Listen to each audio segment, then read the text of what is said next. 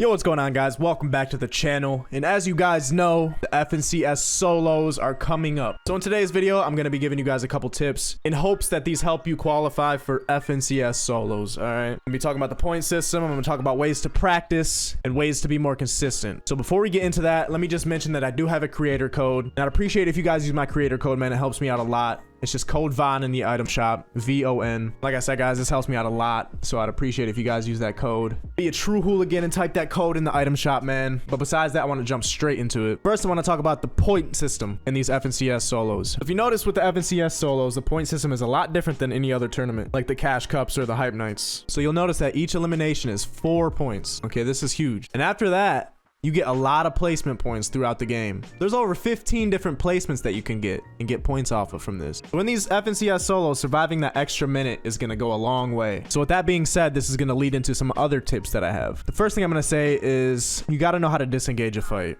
Not every fight has to end in death. If a fight is if you guys are just griefing each other the whole time, you both are using all your mats, you're just picking each other's health apart, you might want to disengage. All right, like I said, surviving that extra minute goes a long way because you get a lot of different placement points in these tournaments. So you're gonna want to survive as long as possible in each game you play. So you have to know when to disengage a fight. Sometimes it's just better to leave, and sometimes your opponent will agree with you. You'll notice sometimes if you disengage a fight, somebody won't follow you, is because they didn't want to fight either. Sometimes you both just meet up and you end up fighting each other, but neither of you really wanted to. You're both going for placement points, right? So I'm not saying all fights need to be disengaged, because some fights, if you have a really high advantage on somebody, then of course you're gonna want to close out the fight and try to get that kill as quick as possible before you get third partied. If you do start getting third partied, this is another good reason to disengage, because third parties are the #1 way, in my opinion, on why people die. Getting third partied is the worst thing that can happen to you, because it feels like you're getting double teamed. All right, and it just doesn't seem fair at the time. So you always want to end your fights fast or disengage fast. Don't allow your fights to take too long, because they will always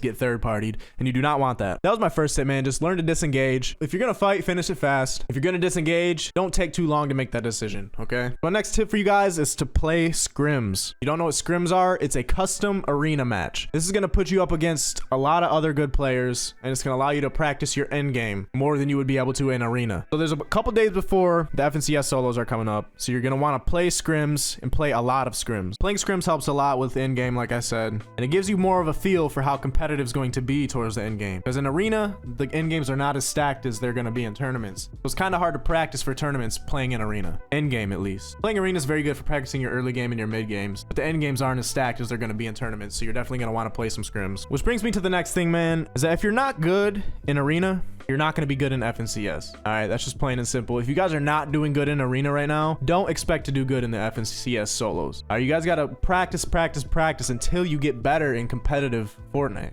Don't just think because you're watching this video that you're magically going to play better in the FNCS solos, because that's not going to happen. All right, you got to take these tips and use them and practice until you get better and get more confident that you're going to win, okay? Once you start noticing that you become a better arena player, this will give you confidence to play in the tournament, because in the tournament, you're going to be going against everyone that's in Champion League, all right? So there's not going to be any bots in this tournament. It's going to be a bunch of Champion League players. So it's going to be the best of the best, and no one's going to hold back on you. You're not going to get any easy kills, all right? So like I was saying, man, if you're not good in arena, don't expect to be good in FNCS, and don't be disappointed when you don't do good in FNCS, because you already know that you have stuff to work on and that there's things you can improve on. All right, so definitely improve on competitive as a whole before you think that you're going to place well in a tournament. The next thing I want to say is stop tilting. Mindset is one of the most important things when playing these tournaments. All right, you need to take breaks and keep yourself calm. If you're getting nervous when you're fighting, probably because you didn't practice enough, all right? The more you put yourself in a situation, the more comfortable you will be with the situation. So the more you play, the more situations you will put yourself in, and the less nervous you will be the next time you come across that situation, because you will know what to do the next time, because you've seen it before. I feel like this is the main reason why people get nervous, is because they end up in a situation they've never seen before and they don't know what to do. So definitely put yourself in more situations, play more competitive, so that you can get more experience, man. Experience will make you less nervous. The next thing I want to say is practice your box fights. If you're not good at box fighting, you're not going to be good in competitive Fortnite. Box fighting is a whole mechanic on its own, okay? You have to know how to box fight, and you have to know how to win every box fight to be confident and to place high in these tournaments, because every fight eventually turns into a box fight when someone gets low, because they're going to box up and try to play defensive. You have to know how to outplay them in a box fight. In these tournaments, you have to start winning your 1v1s. The next thing I want to mention to you guys is the best way I think to get better at Fortnite is to practice against someone who is better than you. If you're practicing your box fights and you're trying to practice your 1v1s so that you can win more fights when you get into competitive, you want to play against someone that's better than you. If you're playing against people that aren't better than you, you're not learning anything, because you're not using your full potential. When you're versus someone that's better than you, that's where you're going to learn. You're going to force yourself to learn new things to outplay this opponent that's better than you. Playing against someone who you just destroy every time you fight is not going to give you the opportunity to learn. So this is a very important tip. So make sure you guys find someone cracked. If you can't find someone better than you, go into a scrim Discord or go into a competitive Discord for Fortnite.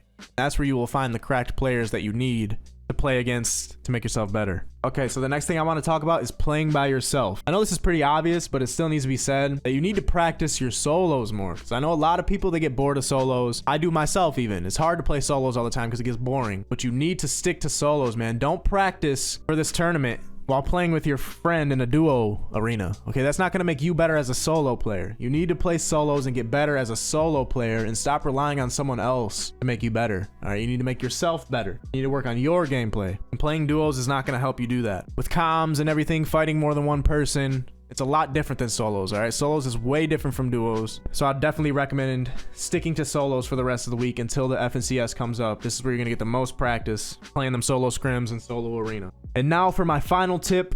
This one is really, really important. I say this in almost every video that I make about competitive Fortnite, is to VOD review. What VOD reviewing is watching somebody else's gameplay, obviously a gameplay of them placing high in a tournament, and trying to find things to take away from that, to teach yourself and to learn and to implement into your own gameplay, that you can become a better player, so that you can do the things that pros do, so you can place higher in these tournaments. All right, so VOD reviewing is very important. Find your favorite streamer, your favorite player, and go to one of their VODs, man, or go to one of their videos. And you want to make sure you find the full VOD. You don't want to watch the edited VODs that they put on your YouTube channels where it's just the highlights. Okay, you want to watch the full thing, the full 25-minute or however long gameplay. You want to watch the whole thing and take notes, man. Literally take notes and find out what you're doing wrong or what they're doing that you're not doing, that you need to start doing to make yourself better. This is very important, man. You want to play like the pros, you got to watch the pros and see what they do. So VOD reviewing is very important, boys. These are some tips to help you guys out. Like I said, in this tournament, each elimination is 4 points, man. So eliminations are big, but placement points are very big also because there's so many of them. But hopefully these tips help you get more eliminations and help you get more placement points. But yeah, that's pretty much it, guys. Hopefully these tips helped you. If they did, man, make sure to smash that like button. Don't forget to subscribe to the channel and hit that notification bell also so you do not miss any streams, any giveaways, or any videos. This is very important. Hit the notification bell today to join the hooligans, man. Make sure you use code VON in the item shop. Memberships are also available on my channel. If you want to support me further than you already have, make sure you check into being a member. It's just like a Twitch subscription, but a lot cheaper. It'll help support me a lot. You get exclusive badges and emotes in the chats for live streams and all that good stuff, man. And you get to add me as a friend on Fortnite if you become a member on my channel. So that's very cool. But besides that, man, I hope you guys have a wonderful day. Start practicing, man. Get better at competitive Fortnite. Get better at winning 1v1s. Become a better player overall. All right, guys. So, yeah, I'll see you out there in the field, boys. Good luck to everyone. I love you all. Peace out.